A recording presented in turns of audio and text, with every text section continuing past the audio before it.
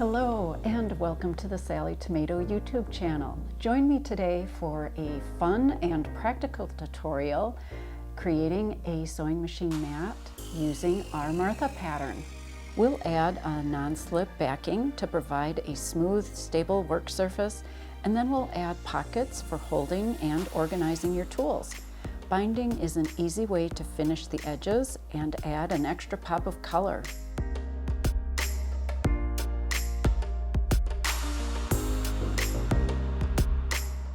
I think you're going to enjoy making this sewing machine mat designed by our coworker Jennifer Renke. I really like having a mat under my machine because I often sew at my dining room table. So the mat protects the table, but it also gives a nice smooth surface for me as I'm sewing. And not only that, it is great to just roll up and put away so I can tidy up the table for dinner that night. Be sure to purchase the pattern before beginning your project. All the supplies and materials and the pattern are available on our website. Otherwise, be sure to shop local, support your local retailers. I'm sure you're ready to get started. Remember, you can always pause the video as we go along. That way we're sewing at your pace. So gather your supplies, get all your pieces cut out, and I'll see you back here at our sewing table. Before beginning, review the materials and supplies section on the back of the pattern. All right, I have all my pieces cut out. Now, my table space is a little small here, so I'm hoping you'll be able to see everything as we go along. You may wish to mark or label your pieces as we go. We have our utility grip fabric, our main fabric, and then our accent or contrast fabrics. This is going to be for the pocket, my fabric print. And go ahead and fuse the interfacing piece on the back or wrong side of your pocket fabric. This is going to help give stability to your pocket. So I've already gone ahead and done mine, and I'm going to put that aside for the time being. And then we're going to attach the utility grip fabric to the wrong side or back of our main piece of fabric. So with the main fabric wrong side up, you'll place the utility fabric right side up, aligning 3 edges of the utility fabric to 3 edges of your main fabric. There will be a section of the main fabric that's uncovered, and that is meant to be, so don't worry about that. Then certainly use basting tape or basting spray to help keep the utility fabric positioned correctly on the wrong side of your main piece A. And then we're going to baste around all 4 edges of the utility fabric. So I'm going to get my fabrics basted together first with basting spray, and then I'll see you right at the machine. And be sure if you're using any adhesive sprays near your machine that you are not getting any overspray onto your machine.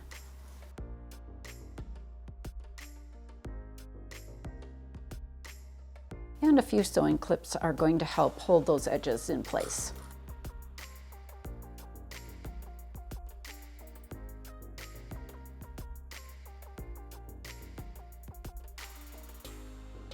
Now simply stitch all the way around your grip fabric.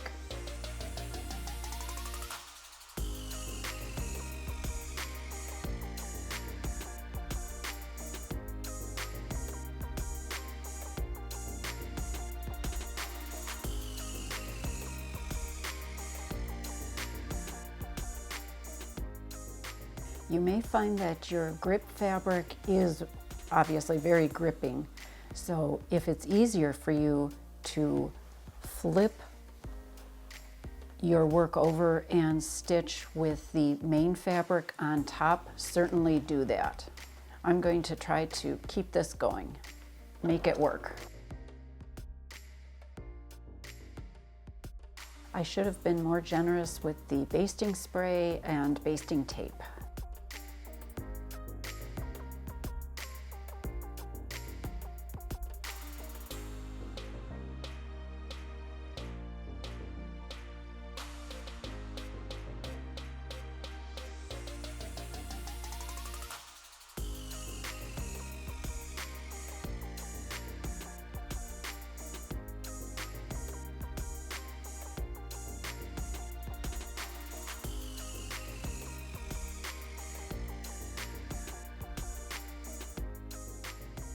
All right, I think we're ready to go back to our pocket.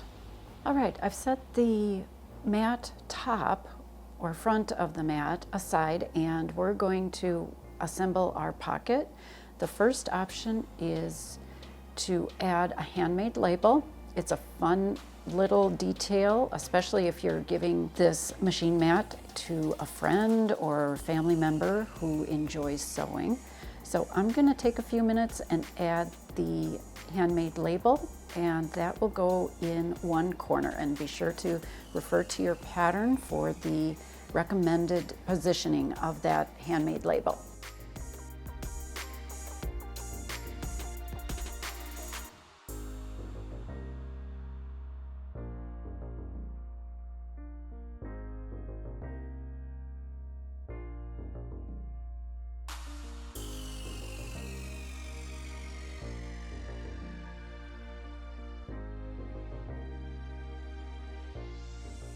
Our next step is to press piece B, that's our pocket, in half, wrong sides together, aligning the long edges.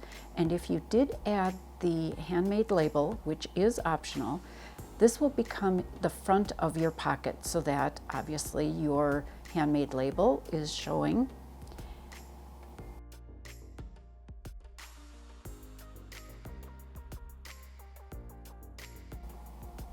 And then once that top edge or fold edge is pressed, we're going to put that aside for just a minute and take our piece D, that's the pocket binding, and then with wrong sides together, fold and press each length side of that pocket binding to the center, just like I'm doing. So I'm just going along as I'm pressing and folding the cut long edges toward the center. And then we'll go back and press this piece in half again. This way the long raw edges are going to be encased in the fold. All right, now we can slide that pressed binding piece over the fold edge of our pocket, aligning the raw ends, and then check that the fold of your pocket is snug inside the folds of your binding. I'm going to use sewing clips, but you could certainly use pins if you'd like to hold these layers in place. Then we're going to top stitch along that inside fold, holding all the layers together. And you certainly could use basting tape as well if you didn't have pins or sewing clips on hand. This is going to help hold that binding piece in place very securely.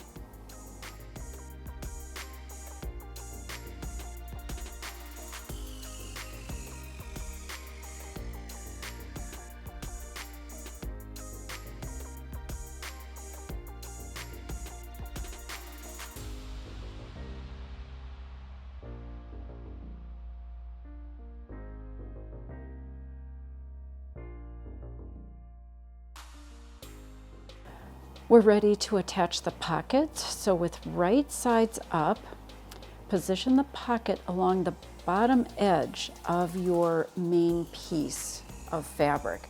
And that is going to be the edge where there is no grip fabric. So it will be just the area of the main fabric. So you'll align all the raw edges and then use sewing clips to hold those edges in place.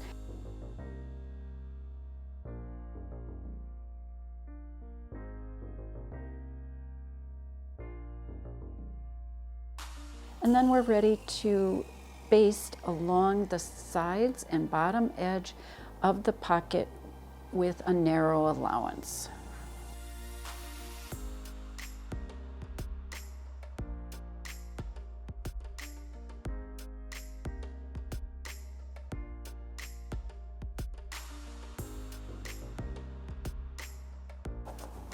And you may find it easier to roll up the remaining area or larger area of your sewing mat. That way you can lift the grip fabric off your sewing table area, and that will flow more smoothly under your presser foot, because that grip fabric does grip to your cabinet or table area. And now it's time to determine the pocket dividers.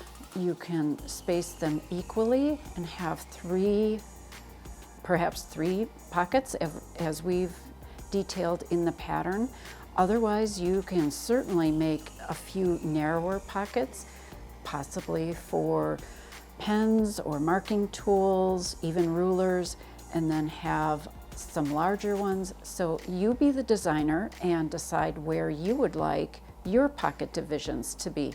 I'm just going to do 2 dividing lines for 3 larger pockets. Here I've got my divider lines marked. We're just going to top stitch those. We're going to stitch our dividers following our line, but stitching along either side of the marked line up to the top, and pivot, stitch across, and then stitch back down. That way we have an extra sturdy and reinforced stitching line along that divider pocket. And this is where rolling up your mat will help fit underneath the machine.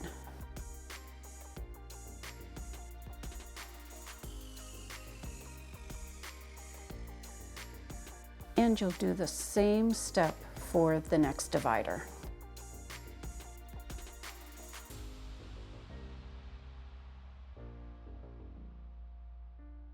All right, our last step is to assemble and attach the binding. I've already assembled my binding, and I have placed the shortest piece, the leftover piece from the pocket edge binding. I've placed that in between the 2 longer pieces just to keep everything looking smooth as we attach the binding. Now Jen has a great tip. She actually applies or attaches the binding to the wrong side or back side first. So I will be doing the same idea, following Jen's thoughts, and you can always try Jess's favorite binding method for completing your sewing machine mat. Download those instructions for quilting, layering, and binding for free on our website, and then follow the binding section that begins on page 2. So that's where I'll pick up Jess's instructions on page 2. I'm just going to give you a quick overview of the different steps, just to give you a quick visual, but be sure to use your favorite method if you have one that you prefer. Another option would be to try using purchased pre-made binding for even faster finishing. And Jen's technique of adding or sewing the binding to the wrong side or back side of your mat first really helps, because you'll be avoiding sewing with the utility fabric down on your machine bed, so it's not going to stick.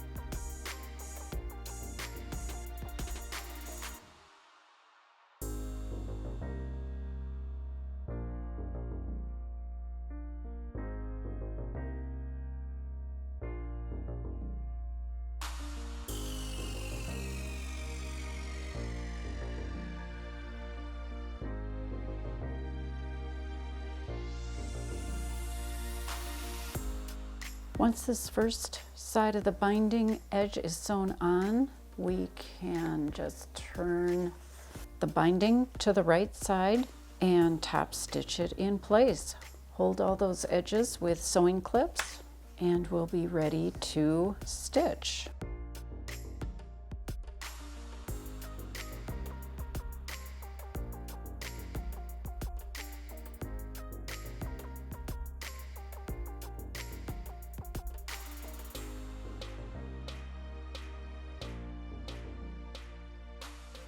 I really like Jen's technique because your last row of stitching is on the right side. You can make it look pretty, and it creates a binding that looks a little bit wider on the right side than the wrong side, so you have more pretty fabric showing.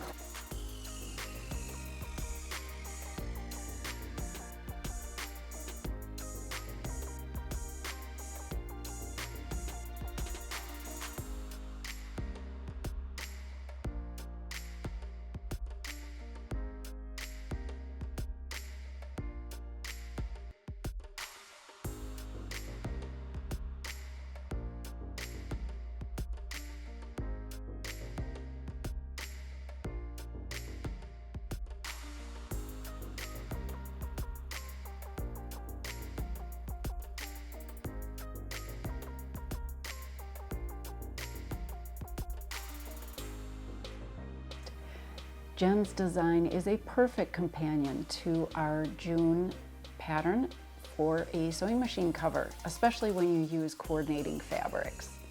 If you have further questions, be sure to leave a comment below and we will do our very best to answer them.